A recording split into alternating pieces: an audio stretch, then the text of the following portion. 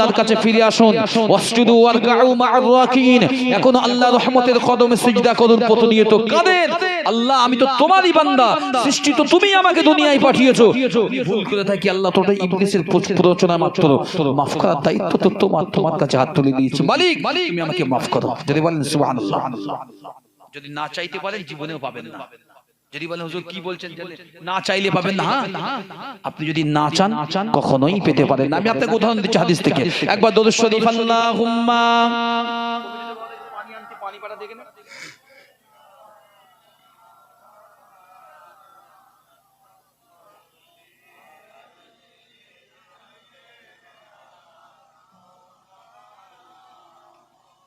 পানি খুলে দেয়।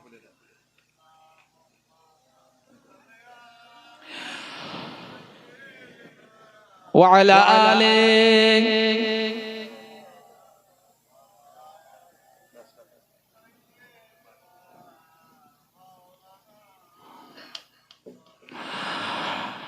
हर तरफ अनवार की बरसात है।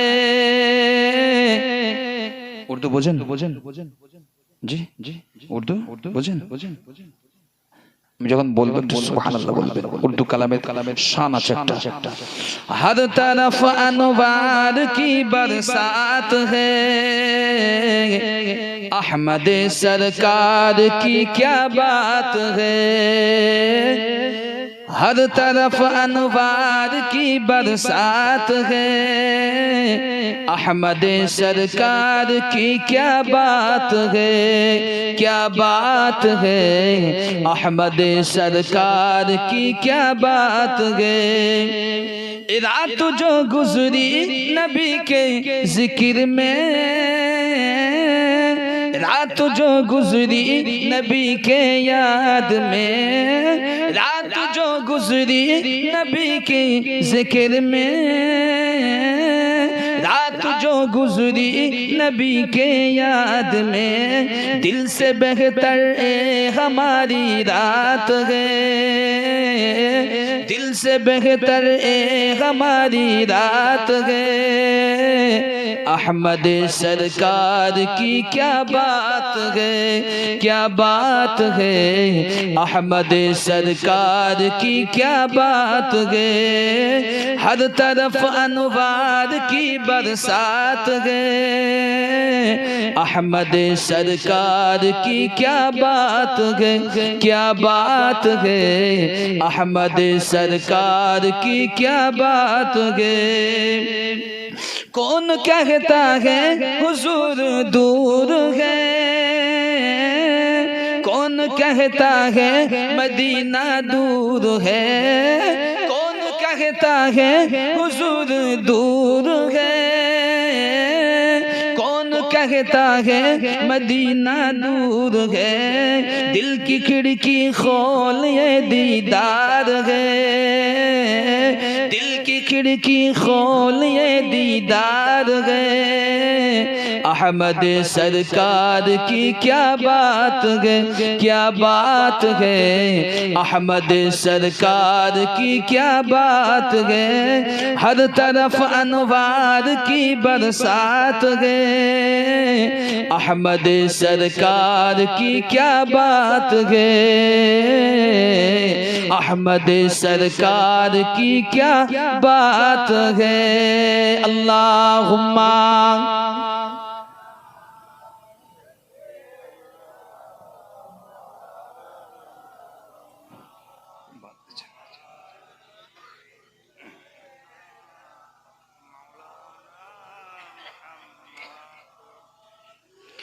যে কথা বলছিলাম, কেন বলছি আল্লাহর কাছে চাইতে, এটাই আপনাকে ছোট্ট একটা উদাহরণ দেয় আপনাকে।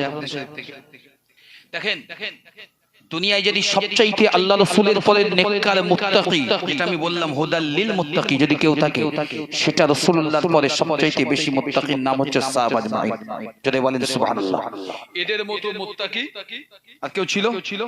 এদের স্লিপ অফ টাং মানে যদি পিছলে যেত শোধানোর জন্য আমার রাসূল ছিল। জানেন সাহাবা আজমাইনরা যদি অন্যায় করে ফেলতো কখনো কাঁদতে কাঁদতে রাসূলের দরবারে যেত, জানতো যে আমাদের যদি এই রোগ থেকে কেউ মুক্ত মুক্তি দিতে পারে, এই রোগের সবচাইতে বড় চিকিৎসক বিজ্ঞানী থাকে, তিনি হলেন মদিনার কামলিওয়ালা আমার দয়ার নবী। ওই জায়গায় গেলে আমার রোগের ট্রিটমেন্ট আমি নিশ্চিত পেয়ে যাব। আমরা কিন্তু বাস্তবটা এটাই, আমরা কিন্তু যাইনি। যদি বলে কেন যাইনি, একটা ইমাম আসলে আমাদের পছন্দ হয় না। একটা মহল্লায় যদি ইমাম থাকে, 100 ঘর থাকে, 60 জন পছন্দ করে, 40 জন বিরোধিতা করে, সেটা ভালো না, ভালো না। ঠিক কথা বলছি না? তো আমরা আমাদের রোগ সারাবোটা কি করে, আল্লাহর কাছে চাইবোটা কি করে? আল্লাহর কাছে চাওয়ার মতো কোনো রকম আমাদের পরিস্থিতি নেই যে আল্লাহ রাব্বুল আলামিনের কাছে আমরা চাইবো, কারণ এই চাওয়ার ভিতরে কিছু নেই। আল্লাহ রাসূলের একজন সাহাবী হযরত আলা বিন হাজরামি রাদিয়াল্লাহু তাআলা আনহু, শুনবেন এটা ছোট্ট, রাসূলুল্লাহ সাহাবী আলা বিন হাজরামি রাদিয়াল্লাহু তাআলা আনহু, এই সাহাবীর নেতৃত্বে এক তারিখে আবু বকর সিদ্দিককে ভালো করে বুঝবেন এটা, আবু বকর সিদ্দিক খলিফা হয়েছেন, রাতের বেলা বালিশে মাথা দিয়েছেন, খুব চিন্তা, সারা রাত ঘুমোতে পারলেন না, খুব চিন্তা। রাত যত গভীর হয় হযরত আবু বকর সিদ্দিকের দুটো চোখ দিয়ে শুধু পানি ঝরছে বালিশে। কারণ রাসূল ইন্তেকাল করেছেন সবে, আবু বকর আমি দায়িত্ব পেয়েছি, আর যেই দায়িত্ব পেয়েছি গোটা মক্কা মদিনা তামাম আশেপাশের এলাকায় মুসলমান থেকে মানুষ মুরতাদ হয়ে যাচ্ছে, মানে আগের ধর্মে ফিরে যাচ্ছে। কথা বলতে পারলেন না বুঝি? আগে ধর্মে ফিরে যাচ্ছে। মানুষের ধারণাই ছিল যে মুহাম্মদ সাল্লাল্লাহু আলাইহি ওয়াসাল্লাম এই জীবনে কোনোদিন মৃত্যু হতে পারে না, ইনার মউত হতে পারে না, এই ধারণা, ইনার মউত হতে পারে না, মুরতাদ হয়ে গেল। আবু বকর সিদ্দিক রাতের বেলা কাঁদছে, চিন্তা করছে আল্লাহ আমি কি করব, কাকে দেব, আমার দিক শুনেন, কাকে দেব, চিন্তা করলেন। উনি চিন্তা করে বললেন ইনশাআল্লাহ আগামী কাল সকাল হলে 10 জন ব্যক্তিত্বকে আমি 10 দিকে নেতৃত্বের দায়িত্ব দিয়ে পাঠিয়ে দেব যুদ্ধের জন্য। কিন্তু 11তম লোককে কাকে দেব, কারণ 11তম যিনি তাকে দেব সেটা সবচাইতে ভয়ঙ্কর। আমার দিকে শুনেন, সিনেমা দেখেছেন, সিরিয়াল দেখেছেন, ভিডিও দেখেছেন, কার্টুন দেখেন, বায়োস্কোপ দেখেন, আর আমি আপনাকে আমার চোখ দিয়ে আর মুখ দিয়ে আপনাকে দেখিয়ে শুনিয়ে দিয়ে যাচ্ছি। শুনেন ভালো করে, অন্তত অন্যের কাছে বলতে পারবেন, যারা আপনাকে অকল্পনীয় অবাস্তব জিনিস দেখায় তাদের কাছে বলতে পারবেন শোন এটা অকল্পনীয়, আমার রাসূলুল্লাহ সাহাবীদের কীর্তিগুলো শোন করেছে দুনিয়া। আবু বকর সিদ্দিক চিন্তা করছে 10 জন তো হলো দেবো, তো 11 নম্বর কাকে দেবো? সবচাইতে ডেঞ্জার জোন, মানে সবচাইতে কঠিন যুদ্ধ যেখানে, তার নাম হচ্ছে বাহরাইনের যুদ্ধ। সেই যুদ্ধে যাকে দেবো কাকে দেবো খুব চিন্তা করছে। করতে করতে হঠাৎ আমার আল্লাহ রাব্বুল আলামিন হিকমা বিবেকের দুয়ারটাকে, বুদ্ধির দুয়ারটাকে খুলে দিলেন। উনি বললেন আলা হারজামি রাদিয়াল্লাহু তাআলা আনহু, ইনাকে আমি ন্যস্ত করব। সঙ্গে সঙ্গে দোয়াত নিয়ে আসলেন, পেন নিয়ে ওই সাহাবীর নাম লিখে প্রেরণ করে দিলেন চিঠিটা, তোমাকে আমি দায়িত্ব দিচ্ছি, এতজন ঘোড়সাওয়ার, এতজন উট ঘোড়া সৈনিক নিয়ে তুমি এই কঠিন সফরের সমুদ্রের জন্য বিদায় হও। আমি আপনাকে আজকে যেটা আলোচনা বলছি আপনাকে বিশ্বাস করেন, আমি যখন ছাত্র অবস্থায় পড়েছি, আজও যখন এই ঘটনাটা পড়ি নিজে নিজে, তখন আমিও নিজেও বিগলিত হই কতটা অন্তরে বুকে সাহস হলে তবে এত বড় একটা জিনিস করতে পারে, কতটা সাহস হলে। হযরত হাজরামি রাদিয়াল্লাহু তাআলা আনহু নিয়েছেন 3 থেকে কেউ বলেছেন 500, কেউ বলেছেন 1000 সওয়ারি একসাথে নিয়ে যে মরুভূমিটা সর্বপ্রথম গিয়েছে, মরুভূমিটার নাম আমি আপনাকে রিয়েল বলছি, সার্চ করবেন, দাহানা। দাহানা বাহরাইনের বুকে দাহানা মরুভূমি, যে মরুভূমিতে হাদিস যখন এটা বর্ণিত হয়েছে, যিনারা বর্ণনা করেছেন তারা লিখেছেন তখন পর্যন্ত কোনো মানুষের পায়ের চিহ্ন পড়েছে বলে মনে পড়ে না। কথা বুঝতে পারছেন? তখনও পর্যন্ত এত ভয়ঙ্কর বিভৎস মরুভূমি, ইতিহাসের পাতায় কোন লোক ওখানে দিন কাটিয়েছে বা রাত কাটিয়েছে কোনো নজির নেই। রাসূলুল্লাহ সাহাবীরা আল্লাহর উপরে তাওয়াক্কুল করে, তাওয়াক্কালতু আলাল্লাহ, আল্লাহর উপরে ভরসা করে ওই মরুভূমির উপরে চলে যাচ্ছে কোথায়? যুদ্ধ করতে, যারা ইসলাম থেকে রাসূলের ইন্তেকালের পরে বার হয়েছে। ভাই আমাদের, আমি ফের বলছি আপনাকে, আমার সমাজে যদি ইসলামের বিরুদ্ধে একটা খারাপ কাজ কোনো ছেলে করে থাকে, 4 জন যদি তার যদি শাস্তি দেওয়ার পক্ষে থাকে, 3 জন তার বিরুদ্ধে গিয়ে বলে তিনি বাদ দিয়ে ওটা ভুল করে ফেলেছে। কিন্তু একবার অন্তত মৌলিকভাবে সম্মতি দেওয়া উচিত ছিল, মারধরটা কোনো শাস্তি নাই, বরং তাকে এমন একটা সিচুয়েশন তৈরি করে দাও ভবিষ্যতে জিন্দেগি তো এই ভুলটা যেন না করে। আমরা ও কাজ করিনি, কিন্তু ও কাজ করিনি। আমি আগেই বলেছি রাগ করলে হবে না, মুসলমান এরিয়া, শুক্রবার দিন বহাল তবিয়াতে ব্যবসা বাণিজ্য করে যাচ্ছে নামাজের সময়। একবারও ভাবলো না রাসূল বলেছে কর্তৃত্ব, তো তার দোকানটা আপনি খাচ্ছেন কি করে? হারাম তো হারাম। আমি আপনাকে যদি বলি ওই অন্য দুটো যাই, আমি আগে বলেছি একটা কথা আমার বলবো করে মন চাচ্ছে, বলার সাহস পাচ্ছি না। কেন বলেন? হয়তো বললি মানে হুজুর এই জীবন হয়তো শুনিনি। আপনারা জানেন নামাজ, আমাদের নামাজ কোন পর্যায়ে? যতগুলো মানুষ বসেছেন, বয়স্ক, বৃদ্ধা, যুবক, মায়েরা, বোনেরা যা নামাজ পড়েন, জীবনে কোনোদিন অ্যানালাইসিস করেছেন আমার নামাজ কোন পর্যায়ে? অ্যানালাইসিস করেছেন সন্তানটা কেন পড়াশোনা ভালো হয় না? ইনকাম কম হয়ে যাচ্ছে কিসের জন্য? কি করলে ইনকাম বাড়বে? মুখে সৌন্দর্য চকচকে চিকনা, এটা কি করলে আসবে? দাড়ি বড় হলে কি করতে হবে? চুল পেকে গেলে কি করতে হবে? সব অ্যানালাইসিস হয়। অ্যানালাইসিস করেছেন নামাজ কেন? কোন জায়গায়? দেখেন, জানেন কিছু কিছু ওয়াজ আছে, ওয়াজ দূর থেকে 3 প্রকার হয়। একটা ওয়াজ কিন্তু মানুষ শুনতে ভালো লাগে না। কোন ওয়াজ বলেন? অধিকাংশ হাদিস থেকে থিওরি বলে, কাজ নিয়ে হুজুর কোথা থেকে লিখছি শুধুই বলতেছি। আবার আপনি যদি বলেন হুজুর কিচ্ছা কাহিনীর দিকে যান, আমি বলতে পারবো অনেকটা। শোনেন, আমি ছোট্ট করে আপনাদের একটা ছোট ভাই হিসেবে বলে যাই, নামাজ মনোযোগিতার দিক থেকে 4 প্রকার। এই 4 প্রকার যদি আলোচনা করি আমাকে 2 ঘন্টা এক্সট্রা আলাদা টাইম দিতে হবে। আমি 4টে থিসিস থিওরি বলে যাচ্ছি আপনাকে। নাম্বার 1 হচ্ছে গাফিলতির নামাজ। নাম্বার 2 মুজাহাদার নামাজ। নাম্বার 3 মুরাকাবার নামাজ। নাম্বার 4 মুশাহাদার নামাজ। যিনি মুশাহাদার নামাজ পড়েন তারা হচ্ছেন নবী, সাহাবা আজমাইন, তাবা তাবিঈন, আইম্মায়ে মুস্তাঈদিন, উলামায়ে হযরত, পীর ওলি, আব্দুল গাউস কুতুব। আল্লাহ দোয়া করি আমাদের সকলকে জীবনে একবার এই মুশাহাদার নামাজ পড়ানোর মতো তৌফিক দেন, যদি বলি আল্লাহুম্মা আমিন। ও লম্বা আলোচনা, ওদিকে যাচ্ছি, পরে একটু শুনে। তো আল্লাহ নবী সাহাবী হযরতে আলা বিন হারজামি রাদিয়াল্লাহু তাআলা আনহু 3 থেকে 400 সৈন্য আছে সাথে।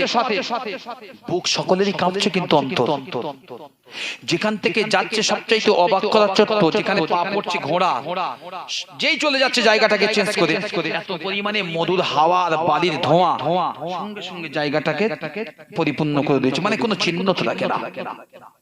কিছুটা দূরে এগিয়েছে, রাত হয়েছে, সন্ধ্যার কাছাকাছি। সেনাপতি কমান্ডার আলা বিন হাজদামি রাদিয়াল্লাহু তাআলা আনহু হুজুর বললেন, শোনো আজকে তাবু ফেলবে, এখানে থাকবো, আর যাওয়া যাবে না, কারণ যদি এই মরুভূমিতে পথ হারিয়ে যায় আর ফিরে পাবো না, এখানে থাকবো। সকলে এক জায়গায় বসলো, উটগুলো ঘোড়াগুলো রাখা হলো। ঘোড়ার পিঠে জিন বাঁধা আছে, খাদ্য বাঁধা আছে, পানি বাঁধা আছে। শুনে নেন, আজকে বলছি আপনাকে, কয়েক মিনিটের ভিতরে এরা বিশ্রাম করতে বসেছে। হঠাৎ ঘোড়া উটগুলো উদ্দিসাহসে দৌড়াতে স্টার্ট করেছে, মানে কেউ যদি হাঁকায় তাড়িয়ে দেয় যেরকম হয়, দৌড়াচ্ছে মরুভূমিতে। একজন দৌড়াচ্ছে, পশুদের সবচেয়ে বড় স্বভাব হচ্ছে সামনে একজনকে যদি দেখতে পাই রাস্তায় গিয়েছে, সবাই রাস্তায় যাবে, একই বিচার। 300 সাহাবীর 300 উট বা 300 ঘোড়া, একটা ঘোড়া উট একটুখানি মোচড় মেরেছে, সাথে 300 মোচড় মেরেছে। কিছুটা দূর গিয়েছে, আর নিশানা খুঁজে পাইনি, মনে হয় মরুভূমি গিলে খেয়ে নিয়েছে। একটু চিন্তা করবেন, যেখানে কেউ নেই, টেলিফোন নেই, দুনিয়ার কোনো সহযোগিতা নেই, সেখানে খাওয়ার জন্য ন্যূনতম খাদ্য এই উটের পিঠে বাঁধা, হাওদা বসার জিন ও উটের পিঠে, পানি বেঁচে থাকার জন্য জারিয়া পানি, সেটা উটের পিঠে। সকলেই কাঁদছে, সকলেই কাঁদছে। হাদিস বর্ণনা দিচ্ছে, আল্লাহ নবীর কলিজা টুকরা সাহাবীরা, আল্লাহ নবীর কলিজা টুকরা সাহাবীরা, আবু বকর সিদ্দিক রাদিয়াল্লাহু তাআলা আনহুর কথা মতো মদিনার খলিফা সিদ্দিক আকবর ঘোষণা দিয়েছেন, তাদেরকে ওই বাহরাইনের উপকূলে পাঠিয়েছেন। এই নওজওয়ানেরা, যুবকেরা, একটা সময় মক্কা মুআজ্জামা, মদিনাতুল মুনাওয়ারা তথা আশেপাশে দ্বীপরাজ্য মানুষগুলো আল্লাহ নবীর হাতে হাত দিয়ে, আল্লাহ নবীর সাহাবা আজমাইনদের হাতে হাত দিয়ে ঈমানের কলমা পড়ে মুসলমান হয়ে গিয়েছিল। কিন্তু যেদিন আমার নূর নবী, আমার বিশ্ব নবী দুনিয়া থেকে বিদায় নিয়েছেন, এই মুসলমান ওই দিন থেকে কিছু মানুষ দলে দলে দলে দলে আল্লাহ নবীর দিন ধর্ম থেকে, আল্লাহ পাকের ধর্ম দিন থেকে, ইন্নাদ-দীনা ইনদাল্লাহিল ইসলাম, ইসলাম থেকে মানুষ আস্তে আস্তে মুরতাদ হয়ে গেল। পূর্ব ধর্মে ফিরে যাওয়ার হিড়িক পড়ে গেল। আবু বকর সিদ্দিক খলিফা হলেন বটে, চিন্তায় আবু বকরের চোখে ঘুম আসে না। আল্লাহ পাকের দরবারে কি জবাব দেব? ও মদিনার সাহাবীরা, আল্লাহ নবী এত কষ্ট করে 63টা বছর জিন্দেগিতে আমার নূর নবী বড্ড মেহনত করে কষ্ট করে মদিনা থেকে নিয়ে তায়েফ পর্যন্ত যে বড় একটা রাষ্ট্র কায়েম করেছে, এই রাষ্ট্রের ভিতরে মানুষ আবার পুনরায় খ্রিস্টান অন্যান্য ধর্মে ফিরে মুরতাদ হয়ে যাচ্ছে। আমি আবু বকর কিয়ামতের কঠিন দিনেতে আল্লাহ পাকের সম্মুখে, আমার নূর নবীর সম্মুখে আমি আবু বকর কোন মুখ নিয়ে দাঁড়াবো, এই চিন্তা করে সিদ্দিক আকবরের ঘুম উড়ে গিয়েছে। আলা বিন হাজরামি রাদিয়াল্লাহু তাআলা আনহুর নেতৃত্বে 3 থেকে 400 পদাতিক সৈন্য বাহিনী দিয়ে বাহরাইনের জমিনে পাড়ি দিলেন। দাহানা নামক মরুভূমি পৃথিবীর শ্রেষ্ঠতম এখনো একটি মরুভূমি, বাহরাইনের সমুদ্রের উপকূলে অবস্থিত।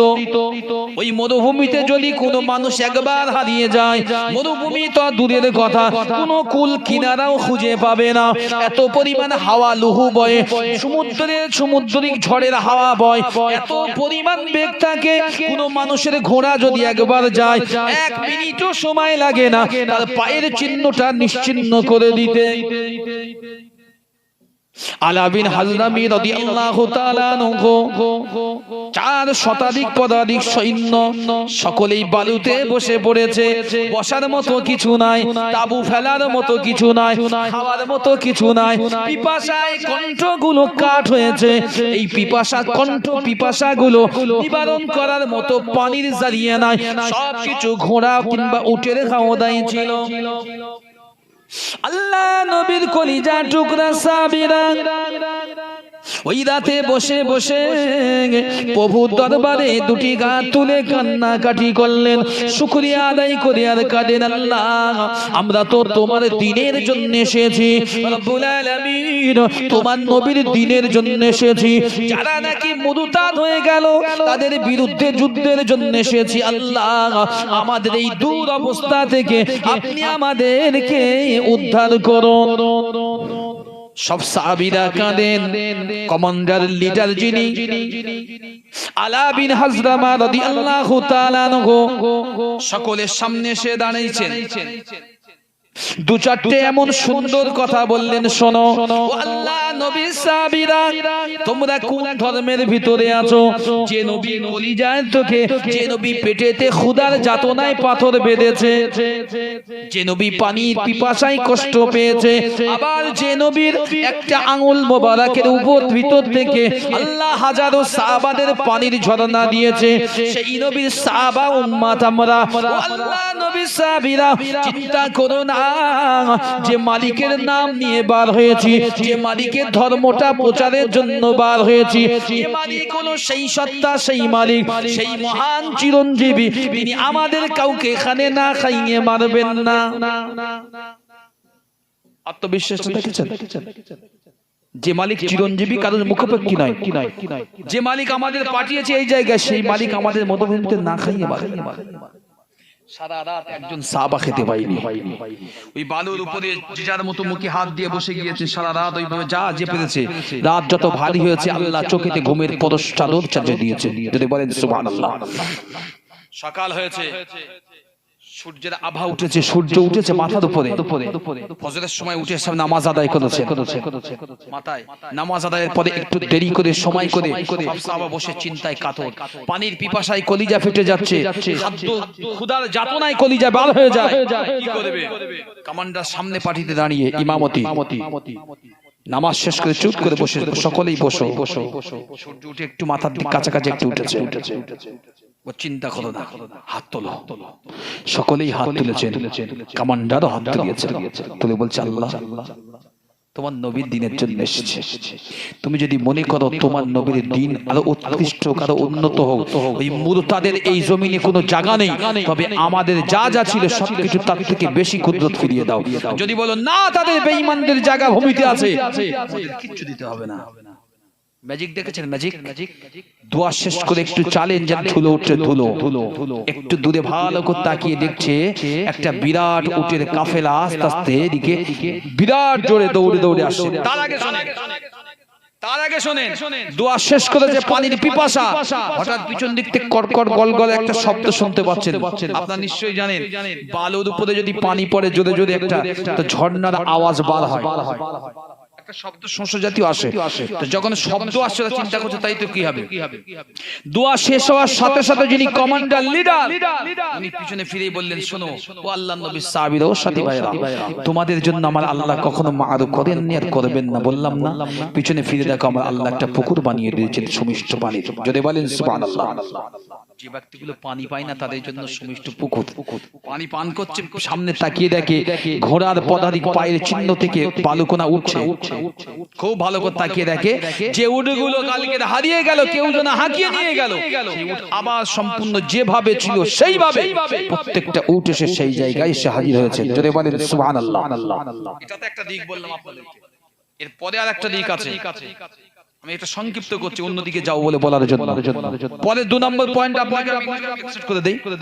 কিছু মুরতাদ মানে মুসলমান থেকে অমুসলিম আবার ধর্মগ্রন্থ পাল্টেছে, ধর্ম। এই কিছু মুরতাদ ওই একটা দ্বীপে পালিয়েছে বাহরাইন থেকে। তো সামনে বিরাট সমুদ্র, দ্রুতগামী নৌকা নিয়ে নৌযান নিয়ে পার হতে গেলে 24 ঘন্টা সময় লাগবে। 24 ঘন্টা বলছি, একদিন পূর্ণাঙ্গ, এক রাত পূর্ণাঙ্গ। মানে হিসাব অনুযায়ী দুনিয়ার বর্তমান আবর্তকাল হিসাবে 24 দুগুণ 48 ঘন্টা সময় লাগবে একটা নৌকা, দ্রুতগামী নৌকা। তো সেই জর্ডান আপনার সিরিয়ায় সেই জর্ডান নদীর উপকূলে, ওই নদীটার নাম জর্ডানের একটা অবস্থিত, ওই নদীর উপকূলে দাঁড়িয়ে আল্লাহর নবী সাহাবীরা চিন্তা করছে কি সর্বনাশ, বেঈমানরা তো দ্বীপে চলে গিয়েছে ওখানে কিছুটা, ওখানে গিয়ে মনের আয়েশে জীবন যাপন করছে। তো আমরা এখানে কিভাবে কি করে যাব, পার হব? যারা পার হয়ে গিয়েছে তারাও কল্পনা করতে পারেনি বাবাজি যেখানে মুসলমানরা আসবে। কিতাবের বর্ণনা এসেছে ওই মুরতাদরা বেঈমানরা চিন্তা করেছিল মুসলমান মানে মরুভূমির দস্যু, বালুর দেশ, বালুর দস্যু, সমুদ্র কিচ্ছু বোঝে না। তো আল্লাহর নবীর সাহাবী আলা বিন হারজামা রাদিয়াল্লাহু তাআলা আনহু তিনি সমস্ত সাহাবাদের বললেন, শোনো যে আল্লাহর নামে আমরা বার হয়েছি, সে আল্লাহই আমাদের পার করবে, আল্লাহর উপরে ভরসা রাখো, চলো সমুদ্রের উপরে ঘোড়া চালিয়ে দাও। আমি আপনারা বলেছি আগে সিরিয়াল দেখেছেন, অকল্পনীয় জিনিস দেখেছেন, আমি বাস্তব বলছি। সমুদ্রের উপর দিয়ে ঘোড়া ছোটানো হলো, সেই সময় অত বড় সমুদ্রের কোন ঘোড়ার সর্বোচ্চ খুদের একটা অংশ মাত্র পানিতে স্পর্শ করতে পেরেছেন। যদি বলেন সুবহানাল্লাহ। অক্ষত অবস্থায় ওপারে গিয়েছেন, বেঈমানদের ধ্বংস করেছেন, গনিমতের মাল নিয়েছেন, আবার ইসলামকে প্রচার করে ঘরে ফিরে এসেছেন রাসূলের সাহাবীরা। যদি বলেন সুবহানাল্লাহ। তো আমরাও তো সেই দিনের অনুসারী, আমরা সেই দিনের অনুসারী। একটা বাবরি মসজিদ ভেঙেছে, এত দোয়া করেছে, কই কাজ যায় না, কিরাম দিয়ে অনুসারী করেছে না, আমরা সেই দিনের অনুসারী বটে, কিন্তু দিনকে অনুসরণ করি না, অনুকরণ করি, চেষ্টা করছি ওইরকম হয়, কখনো ওইরকম ভাবেই চেষ্টা জীবনে আজ পর্যন্ত আমরা করিনি। একবার দরুদ শরীফ আল্লাহুম্মা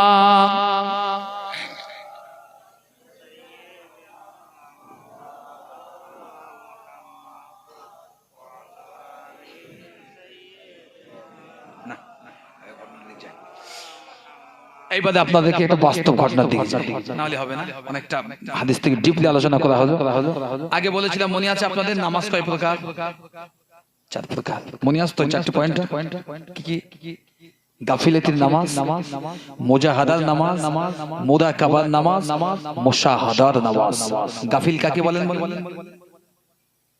নামাজ পড়ে বটে কিন্তু নামাজের ভিতরে মন নেই, অন্তর নেই, কিচ্ছু নেই। নামাজ পড়তে দাঁড়িয়েছে, চিন্তা করতে 2.5 বিঘা জমির ট্রাক্টর চাষ করতে হবে, ওখানে শস্য কাটতে হবে, কি সর্বনাশ। ছেলেটা স্কুলে গেছে এখনো ফিরিনি, নানান চিন্তা, অমুক দোকানে বাকি রয়েছে, রাগ করবেন না, এটা হওয়াটা স্বাভাবিক। জানবেন, আমি আমার কথা বলছি না, আমি যদি শরিয়াতের মাপকাঠিতে আপনাকে ধরিয়ে দেই তা আপনি আমাকেও বললেন হুজুর আপনার হয়তো, আমিও পড়ে যাবো। কোন কোন মুহাদ্দিস বলেছেন নামাজের ভিতরে কোন মানুষ যদি ইচ্ছাকৃত অন্যান্য বিষয়ে সে ভর করে আর সে যদি তার থেকে পরহেজ না করতে পারে সাথে সাথে, তবে কোন ব্যক্তি নামাজের ভিতরে শয়তান তার ধোঁকা দিচ্ছে সেটার সঙ্গে যদি না সে যুদ্ধ করতে পারে, পরহেজ যদি না করতে পারে, 3 সেকেন্ডে কিংবা কেউ কেউ বলেছেন 3 বার সুবহানাল্লাহ পর্যন্ত বলার সময় পর্যন্ত যদি সে চুপ থাকে, তাহলে পরবর্তীকালে দুনিয়ার চোখে নামাজ সহি হলেও আল্লাহর চোখে নামাজ কিন্তু সহি নয়। তার জন্য পুনরায় নামাজের সিজদায়ে সাহু করতে হবে, মানে দহরা নিতে হবে। দেখো ওদিকে যাবো না, এবার একটু শুনে এদিকে আসি। একটা মানুষ মারা গিয়েছে, একটু মরণ সম্পর্কে বলি, আপনার বলতে পারবেন না, মানুষ একটু দুঃখে মুসিবতে আছে। ভাই আপনার সকলেই জ্ঞানী গুণী, আচ্ছা বলেন কোন মানুষ মৌতের সিমটম যদি দেখতে পান, অবস্থা খুব শোচনীয়, মুমূর্ষু, কি করবেন? কথা বুঝেন না, কি করবেন? আপনি একজন মুসলমান, উদাহরণ আমার একজন চাচা খুব মুমূর্ষু অবস্থায় আছে পাশে, তো চাচি ডেকেছে, হুজুর একটু বাবা সাহেব এসো, একটু দেখো তোমার চাচার অবস্থা খুব খারাপ, তো আমার করণীয়টা কি আছে? একটু বলি শুনে না। এই দুনিয়ার জমিনে শুনে একজন মুহাদ্দিস ছিলেন, খুব বড় ফাকিহ ছিলেন, তার বহু কিতাব আছে, হযরত আব্দুল্লাহ ইবনে মুবারক রাহমাহুল্লাহ। তো ইনি জামানার ফাকিহ ওলি আব্দাল ছিলেন, বহু কিতাব আছে না, ইনি অনেক মুরিদান ছিলেন, অনেক মুরিদ, যেমন আমরা অনেক কারণ না কারণ মুরিদ আছি, কোন না কোন ব্যক্তিত্ব। তো উনি আর একটা মুরিদের সঙ্গে উনি হজ করেছেন, উনি একসঙ্গে রোজা করেছেন, ইফতারি করেছেন, তাহাজ্জুদ গুজারি করেছেন। একটা দিকে শুনতে পেলেন মুরিদের অবস্থা খুব মুমূর্ষু, মুরিদ খুব মুমূর্ষু অবস্থায় আছে, তো সাথে একজন মুরিদকে নিয়ে মুরিদের কাছে একটু দেখতে গিয়েছে। আমার কথাটা শুনেন, এই সিমটম গুলো শুনবেন। তা হুজুর গিয়েছেন, তা মুরিদ শুয়ে আছে অসুস্থ, খুবই অসুস্থ, মুমূর্ষু। তা চোখ চেয়ে দেখলেন যে হ্যাঁ আমার পীর সাহেব হুজুর এসেছে, আমার পীর সাহেব হুজুর এসেছে। তো আল্লাহ পাকের ওলি কিতাবের তো জ্ঞান আল্লাহ যথেষ্ট দিয়েছে, তা উনি চুপ করে পাশে বসে ওই ওলির জন্য, ওই মুরিদের জন্য প্রথম কাজটি করেছে। আল্লাহ পাকের বান্দা হযরত আব্দুল্লাহ ইবনে মুবারক, আল্লাহ পাকের বান্দা জামানার একজন ইমাম, জামানার একজন পীর, হাদিসের একজন ফিকাহ, হযরত আব্দুল্লাহ রাদিয়াল্লাহু তাআলা আনহু, হযরত আব্দুল্লাহ ইবনে মুবারক রাহমাতুল্লাহ আলাইহি, হুজুর আবার মুমূর্ষু অবস্থায় মউতের যাতনায় পড়ে থাকা ওই মুরিদের বাড়িতে গিয়ে হাজির। এই নওজওয়ানেরা, যুবকেরা, আল্লাহ পাকের ওলি মুরিদের মাথা দাঁড়ে গিয়ে বসলেন। আমরা সাধারণত গ্রামে দেখতে পাই মানুষ যখন মুমূর্ষু অবস্থায় চলে আসে, হোশ আওয়াজ তার থাকে না, সে নিজে থেকে কিছুই করতে পারে না। কোন পরিবার পরিজন যদি তাকে ধরে একটা পায়ে যদি উল্টানোর মতো অবস্থা করে দেওয়া হয়, অন্যের সাহায্য নিয়ে তাকে তবে অপর পাশ উল্টোতে হয়। মানুষের যখন মউতের যাতনা আসে, সাখরাতুল মাউতের আযাব যখন হয়, নবী হাদিস শরীফের জানিয়েছেন, ও আমার উম্মতিরা, যখন কোন মুমূর্ষু ব্যক্তিকে দেখতে পাবে, তার পাশে দাঁড়িয়ে কিংবা বসে সর্বপ্রথম যে কাজটি করবে সেটার নাম হচ্ছে লাকিনুলি কালিমাতিল্লাহ। তোমরা অবশ্যই তার পাশে বসে কলমা শরীফের তালকিনটা দিতে থাকবে। জোরে বলেন সুবহানাল্লাহ। নাম্বার 1 কাজ কি বললাম? কোন মানুষকে যদি মুমূর্ষু অবস্থায় দেখেন কি দেবেন? কলমা তালকিন দেবেন, মানে কলমা। এর অপব্যাখ্যা করবেন না। মরে যাচ্ছে বলে একটা কানে গিয়ে চাচা পড়ো লা ইলাহা, চাচা পড়ো লা ইলাহা, বলুন একটু দূরত্ব বজায় রাখবেন, নিজে বলবেন। আপনার ভয়েসের আওয়াজ কিংবা ভয়েসটা যেন ওর কান পর্যন্ত মৃদু আওয়াজে পৌঁছায়। আল্লাহ যদি তার ঈমান ওয়ালা করে থাকে, তো এই মৃদু আওয়াজটা ও কিয়াস করে ও কলমা পড়ে দুনিয়া থেকে বিদায় নেবে। যদি বলেন সুবহানাল্লাহ। আর যদি ও বেঈমান হয়, তো মৃদু কেন, মাইক এনে যদি কানে ঢুকিয়ে দেন, চাচা লা ইলাহা পড়ো, চাচা জীবনেও পড়তে পারে না। রাসূলুল্লাহর হাদিস, দুটো হাদিস। কোন মানুষ যদি মওতের সময় কষ্ট হয় খুব, কারণ মওতের আযাব তো কষ্ট হয়, দেখবেন এই মওত যখন হয়, যা দেখেছেন, আমি দেখেছি, বহু দেখেছি ইনশাআল্লাহ, বহু দেখেছি। তো মওত যখন আসে দেখবেন এই বুক সব সময় এই আমাদের যে সিম্পল বুক, এই বুক থেকে অনেক উঁচুতে ওঠে আর নামে, ওঠে আর নামে, ঠিক না? এই বুকটা উঁচু হয়, ওঠে আর নামে। কারণ মওতের কষ্ট হয়, সাকরাতুল মওতের আযাব আসে, আজরাইল আসে, মৃত্যু মওতের যে রূহটাকে ওয়াসালুনাকা আনির রূহ, রূহটাকে টেনে বার করতে চায়। মুমিন হলে তো কথা নেই, বেঈমান হলে তার সঙ্গে টেনে বার করতে হয়, দৌড়ে শিরা উপশিরার ভিতরে কষ্ট হয় খুব, বান্দা খুব কষ্ট হয়। তো মওত যখন আসে, রাসূল বললেন মওতের সময় যখন কষ্ট দেখতে পাবে, অবশ্যই তোমরা সূরা ইয়াসিন শরীফ তেলাওয়াত করে, যদি কষ্ট হয় তবে মওতের সময় সূরা ইয়াসিন তেলাওয়াত করে অবশ্যই এই বান্দার কাছে একটু বসে সূরা ইয়াসিনটা তেলাওয়াত করবে। যদি করো, এই সূরা ইয়াসিনের খাতিরে আমার আল্লাহ বান্দার মওতের কষ্টটা কিছুটা হলেও লাঘব করে দেবেন। জোরে বলেন সুবহানাল্লাহ। তো দুটো জিনিস হলো সিম্পল। যদি কষ্ট হয়, একান্ত জানা থাকে, সূরা ইয়াসিনটা একটু পড়লাম, একেবারে কাছে না বসে দুই একটু সাইড করে বসে পড়লাম। আর যদি দেখা যায় তার থেকেও খুব খারাপ অবস্থা, আর হচ্ছে না, তখন কলমা শরীফটা একটু জিকির করলাম, হয়ে গেল দুটো জিনিস। তো আল্লাহর ওলি হযরত আব্দুল্লাহ ইবনে মুবারক রাহমাহুল্লাহ মুরিদের পাশে বসে প্রথম কলমা তালকিন দিচ্ছেন। তো কলমার যেই তালকিন দিচ্ছে, মুরিদ তখন পিছনে আস্তে আস্তে মাথাটা ভালিয়ে বলছে, কলমার তালকিন দিতে হবে না।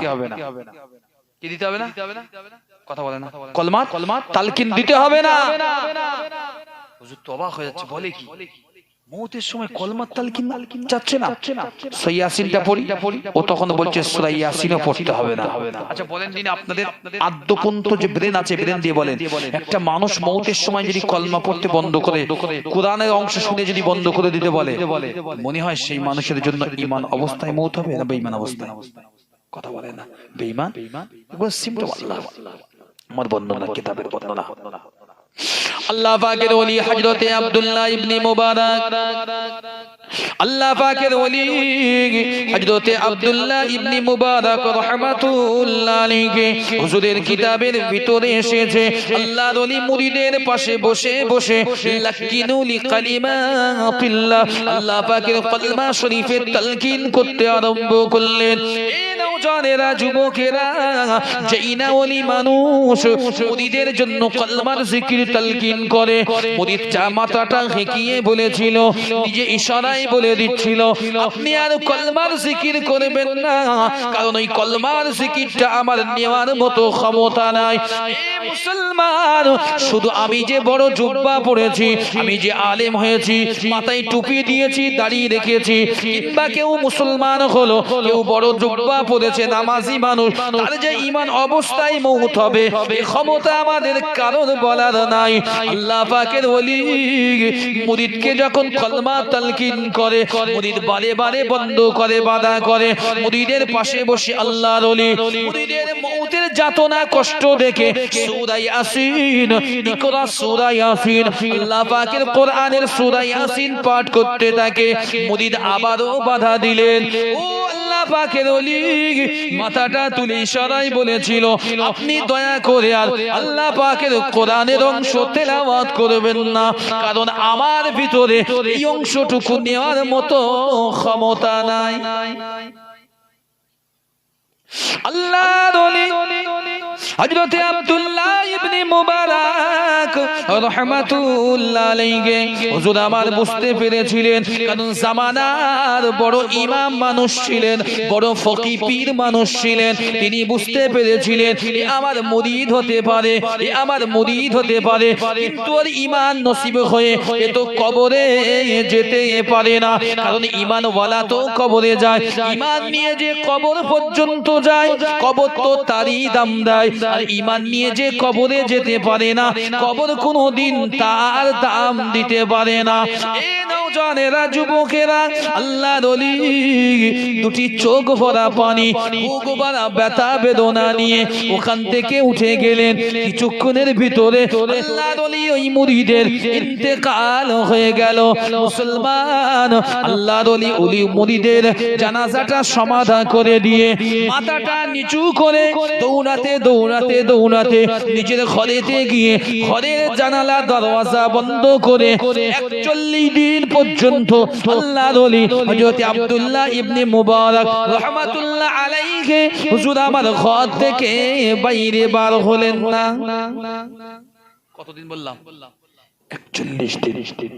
কেন ও ভাই আমি মুরিদ করতেছি হুজুরের উদাহরণ নেবেন। আমি মুরিদ করছি একজনকে, মুরিদ তো মুরিদ করলাম বটে, মুরিদের হারাম খোঁজি ছাড়াতে পারলাম না, বিড়ি ছাড়াতে পারলাম না। মুরিদ হালাল পন্থা বাদ দিয়ে হারামিয়াতের উপরে আছে, এটা বন্ধ করলাম পারলাম। মুরিদের দুনিয়াদারিত্ব খারাপ কাজ থেকে মুরিদকে আমি পদেশ করতে পারলাম না। তো কিয়ামতের ময়দানে আপনি কি মনে করলেন আল্লাহকে একবার ছেড়ে দেবে? যে মানুষটা আপনার সঙ্গে বসা আছে সব সময়ের জন্য, আপনার একান্ত বন্ধু, আপনি কখনো ইচ্ছা করেও তাকে তালকিন দিলেন না যে বন্ধু আমি তো নামাজি হয়েছি, চল আজ থেকে তুই নামাজ পড়। যেমন গল্প করি একসঙ্গে দুই বন্ধু মিলে, আল্লাহ যদি চায় একসঙ্গে নামাজি হব, আল্লাহ যদি চায় কিয়ামতের দিনে একসঙ্গে আমার হাসন নাসর হবে। এটা বলার মদদ নেই নাকি? বন্ধুত্ব কেটে যাবে। এক জায়গায় বসে বিড়ি টানছেন, এটা মুদত আছে, এটা বলার মুদত নেই। বন্ধু চল একসঙ্গে যান নামাজের জামাত পড়ে আসি। কথা বললেন না? এরকম মজলিস আপনি নাও দেন, আপনার কোনো ক্ষতি হবে, কোনো ক্ষতি হবে না। আপনি যদি নামাজ কাজা করে থাকেন, আমি কেন আমার 14 পুরুষ আপনার বাঁচাতে পারবো, আমার 14 পুরুষ আপনার বাঁচাতে পারবে না। কিয়ামতের ময়দানে নামাজের হিসাব প্রথম নেওয়া হবে। আল্লাহ ফারিস্তাদেরকে বলবে, আল্লাহ ফারিস্তা দেখবে বান্দার নামাজের আমল নামাটা, যদি নামাজ বান্দার ফরজ ইবাদত কিছু ঘাটতি থাকে, ফারিস্তারা বলবে নিজেদের মধ্যে দেখো তো এই নফল ইবাদত কতটা আছে। যদি নফল ইবাদত মোটামুটি থাকে তো ওর ঘাটতিটা নফল ইবাদত থেকে ফরজের সঙ্গে আমার আল্লাহ কিছুটা হলেও কেটে কাটাতি করে দেবে। যদি বলেন সুবহানাল্লাহ। আর আল্লাহর দয়া ছাড়া কেউ তো জান্নাতে যেতে পারবে না। কেউ জান্নাতে যেতে কোনদিন পারবো না। আল্লাহর দয়া ছাড়া কেউ জান্নাতে যেতে পারবো না। একজন মানুষ বুঝবেন, একজন মানুষ দুনিয়ায় যে পতিতালয় বলি, দুনিয়া পতিতালয় মানে যেখানে দেহ ব্যবসা হয়, তো বাগদাদের জমিনে একজন মানুষ পড়ে আছেন দেহ ব্যবসায় পতিতালয়ের সামনে বাজারে, কেউ যায় না, কেউ মানুষটা ধারে যায় না। কেন? মানুষটা প্রতিদিন 2 বোতল করে মদ কিনতো। শুনবেন, মানুষটা প্রতিদিন 2 বোতল বাড়িতে টাকা এনে পয়সা এনে 2 বোতল করে মদ কিনতো, আর প্রতিদিন ওই মদ কিনেছে ওখানে পতিতালয়ের কাছ থেকে চলে যেত, একজনকে পতিতার সাথে করে নিত, চলে যেত। তো মানুষটা একদিন মৌত হয়ে গেল ওই পতিতালয়ের সামনে। সারা বাজারের লোক সব কাজকর্মে ব্যস্ত, এই মানুষটাকে কেউ তোলে না, কেউ যায় না। তো এই এলাকার যিনি বাদশা ছিলেন নগদ দায়রা, তিনি আস্তে আস্তে 1 তারিখ ওখানে গিয়েছেন একজনকে নিয়ে, গিয়ে দেখছি একজন পড়ে আছে। আস্তে আস্তে গিয়েছেন, হাতে ছিল লাঠি, লাঠিটা দিয়ে একটু উচ্চ দিলেন, হ্যাঁ নিশ্চিত হয়ে গেছে মরে গেছে। কে? অনেক পরে বলা হয়েছে অমুক জায়গায় বাড়ি, অমুক। কিছুক্ষণ পরে একজন মহিলা এসে একজন হিজাব পরিহিতা মহিলা এসে দাঁড়িয়েছে, চোখ দিয়ে পানি যাচ্ছে, বলছে আরে আল্লাহ তো নিল, তোমাকে এমন ভাবে নিল। এই বাজারে এত মানুষ আছে, কারোর ক্ষমতা হলো না যে একটু শুনি তোমাকে তুলে আমার ঘর পর্যন্ত পৌঁছে দেওয়া। আল্লাহ তোমাকে তুলে নিলে এমন একটা জায়গায় নিল, দুনিয়ার মানুষ তো তোমাকে খারাপই ভাবলো, কিন্তু তুমি যে কি মানুষ ছিলে একমাত্র তোমার মাবুদ আল্লাহ বেহতর জানে। যদি বলেন সুবহানাল্লাহ। কি করেছে? আমি ছোট্ট, আমি বিশাল আওয়াজ করছি না, বোঝানোর জন্য বলছি। ওই বিবিটাকে বাদশা ডাক দিলে, দিকে এসো, এটা কি তোমার স্বামী? হ্যাঁ। তোমার স্বামী, তুমি এত পর্দানশীনা, তোমার স্বামী এমন খারাপি আর চরিত্রহীন। বিবি হাসছে, কাঁদেনি, হাসছে। বলে বাচ্চা আপনি তোকে সামনে থেকে দেখলে, ভেতরটা এর পরের অংশটা আপনি জানেন না, যেটা আমি জানি। কি? আমার স্বামী প্রত্যেক দিন ঘর থেকে নিজের গাড়ির টাকা আনতো, 2 বোতল করে মদ নিত, পতিতালয় থেকে দেহ ব্যবসায়ী থেকে নারী নিত, চলে যেত, কি মদগুলো ঢেলে ফেলে দিত, নারীটাকে সাথে বসাতো, ওযু করিয়ে সারা রাত আল্লাহ আল্লাহ রাসূলের জিকির করাতো। সময় যখন শেষ হয়ে যেত পয়সাটা হাতে ধরিয়ে দিয়ে আবার পাঠিয়ে দিতে যাও। আমার স্বামীকে আমি জিজ্ঞাসা করেছিলাম আপনি রোজ মদ কিনেন, খান না, ফেলে দেন কেন? আজকের এই 2 বোতল মদ মানে আমার রাসূলের 2টো উম্মতকে আমি ঈমান হারা থেকে বাঁচিয়ে দিলাম। জোরে বলে। মেন্টালি বুঝলেন? আজকের একজন পতিতাকে নিয়ে যাচ্ছে এক রাতের জন্য, মানে আজকের দিনে আমার রাসূলের একজন উম্মতকে আমি জিনা ব্যভিচার থেকে হেফাজত করে রক্ষা করলাম, আর একজন নারীকে আমি জিনা থেকে হেফাজত করে রক্ষা করলাম, তাকে আমি আল্লাহর দিকে নিয়ে গিয়েছি। আর আমি আর আপনি শুধু গালি দেই, একটু যদি একটু দেখি গালি দেই, ওর পিছনে যাচ্ছি, ওর মতন বাজে নেই। ভাই সব জিনিস এক হয় না, সব জিনিস একের মতো নয়। এবার ফাইনালি আমি আপনাকে বলে দেই বিষয়টা। তো আল্লাহর ওলি কাঁদতে কাঁদতে বাড়িতে গিয়েছেন, মুখ ওঠাননি। 41 দিন পরে আল্লাহর ওলির ঘরের দরওয়াজাটা খোলা হলো। কতদিন? 41 দিন পরে। আল্লাহ পাকের ওলি, জগতের বিখ্যাত ওলি হযরত আব্দুল্লাহ ইবনে মুবারক রাহমাতুল্লাহ আলাইহি 41 দিনের ভিতরে যত মুরিদ মুত্তাকিন ছিল, বাড়ির মানুষ ছিল, আপনজন পরিজন ছিল, সকলেই একে একে আল্লাহর ওলির দরওয়াজায় নক করেছে, বাড়ি দিয়েছে। ও আমাদের ওলি, ও আমাদের পীর, আপনি দরওয়াজা খুলে দেন, আপনি বন্ধ হয়ে আর থাকবেন না। কি হয়েছে, এমন কি হলো? আপনি ঘরের জানালা দরওয়াজা বন্ধ করে দিলেন, আপনি ঘর থেকে বাইরে এলেন না। ও জামানার ওলি, আপনি কেন এখনো ঘরেতে আছেন? কিতাবের বর্ণনা, আল্লাহর ওলি একটা না 41 দিন নিজের ঘরের ভিতরে আবদ্ধ করলেন। 41 দিন পরে যখন ঘরের বাইরে এসেছেন, আল্লাহর ওলির মুরিদেরা জিজ্ঞাসা করলেন, ও আমাদের পীর, ও জামানার ওলি, আপনি 41 দিন কেন এমন আবদ্ধ ছিলেন? আল্লাহর ওলি দুটি চোখ দিয়ে পানির টুসা গড়িয়ে পড়ে আর বলে, ও আমার মুরিদেরা, তোমরা কি জানো আমি কিসের জন্য 41 দিন ঘর থেকে বার হইনি? 1 নম্বর কারণ হলো আমি আল্লাহর ওই গজবের ভয় করেছিলাম। যদি আল্লাহ পাকের হুকুমে তাবিল না করি, আমি আব্দুল্লাহ ইবনে মুবারক আমার মুরিদান বেঈমান হয়ে মারা গেল। আমি নিশ্চিত বুঝতে পেরেছি ও ঈমান হারা হয়ে মওত হয়েছে।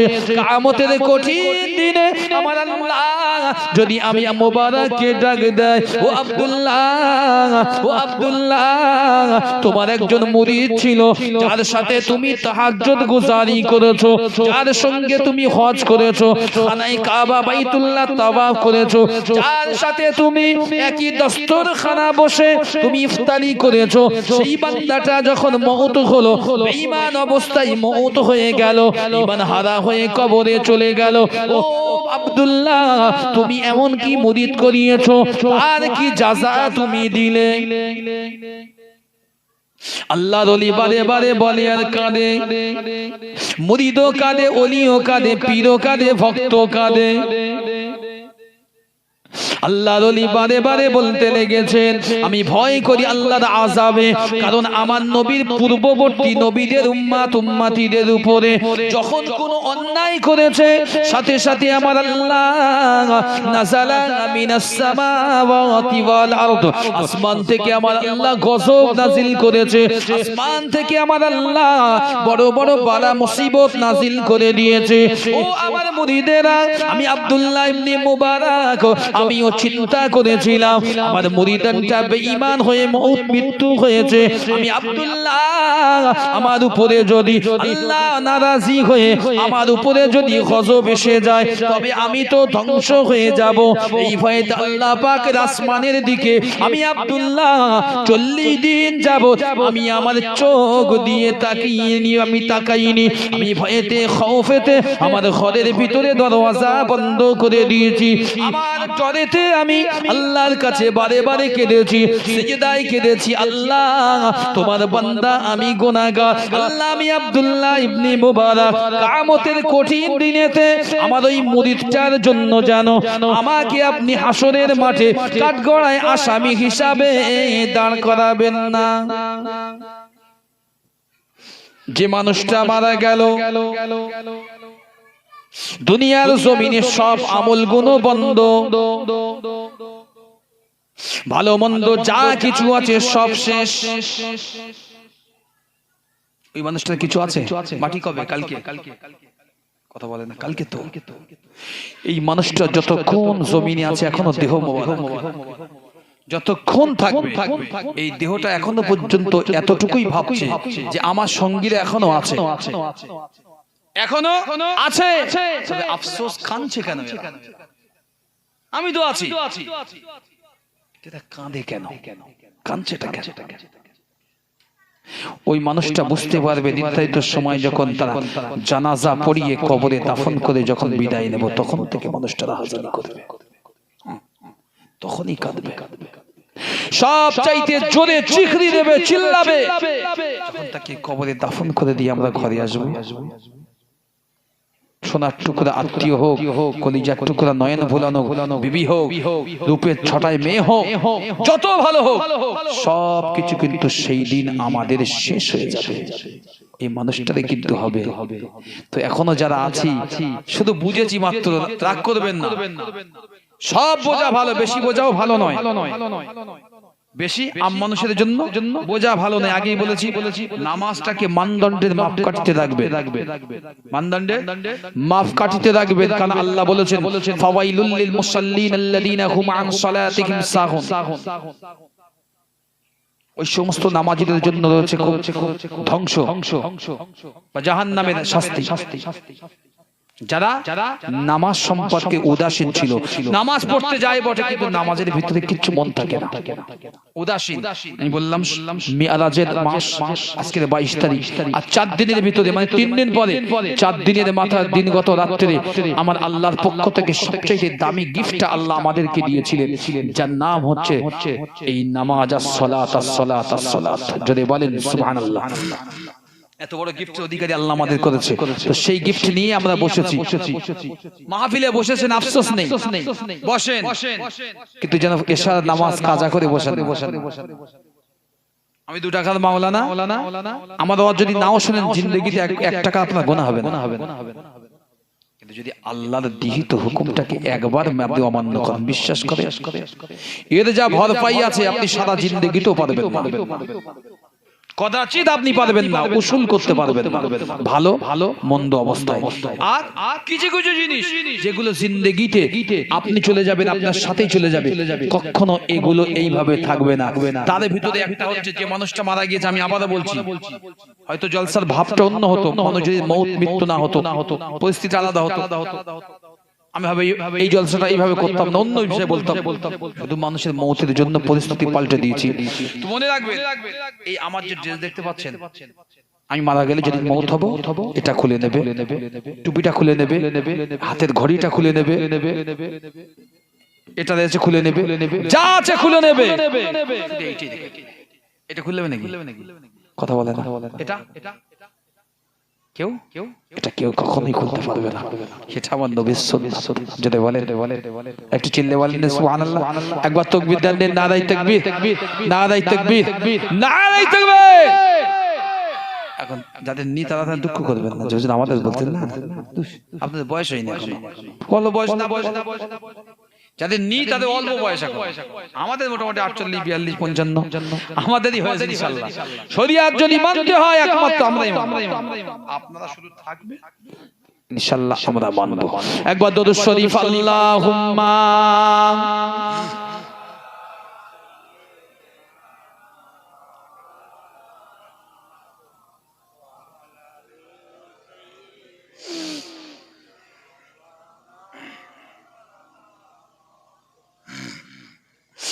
কাদরি আস্তানা सलामत रहे, कादरी आस्ताना सलामत रहे, मुस्तफा का घराना सलामत रहे। कादरी आस्ताना सलामत रहे, कादरी आस्ताना सलामत रहे, मुस्तफा का घराना सलामत रहे, मुस्तफा का घराना सलामत रहे। जरे बोलें सुभान अल्लाह। এই আপনাদের গজল বলছি এত, আপনাদের সুবহানাল্লাহ বলতে মন চায় না? আমি পয়সা দেবো সুবহানাল্লাহ বলার জন্য, কথা বোঝেন না আপনারা দিতে হবে নাকি সুবহানাল্লাহ বলতে? আরে যতক্ষণ বসবে একবার তো সুবহানাল্লাহ বললে তো কিছু না কিছু ফায়দা আছে না? নেই জি আছে তো, একটু যদি বলেন না সুবহানাল্লাহ। কাদরি आस्ताना सलामत रहे, पल रहे है जगह से ये दोनों जगह, पल रहे है जगह से ये दोनों जगह, वो सखी आस्ताना सलामत रहे, ओ सखी आस्ताना सलामत रहे। कादरी आस्ताना सलामत रहे, ऐनकी रैन बोले मुझे कब्र में, जो बोले सुभान अल्लाह। ऐनकी रैन बोले मुझे कब्र में, ऐनकी रैन बोले मुझे कब्र में, मुस्तफा का दीवाना सलामत रहे, मुस्तफा का दीवाना सलामत रहे। कादरी आस्ताना सलामत रहे, मुस्तफा का घराना सलामत रहे।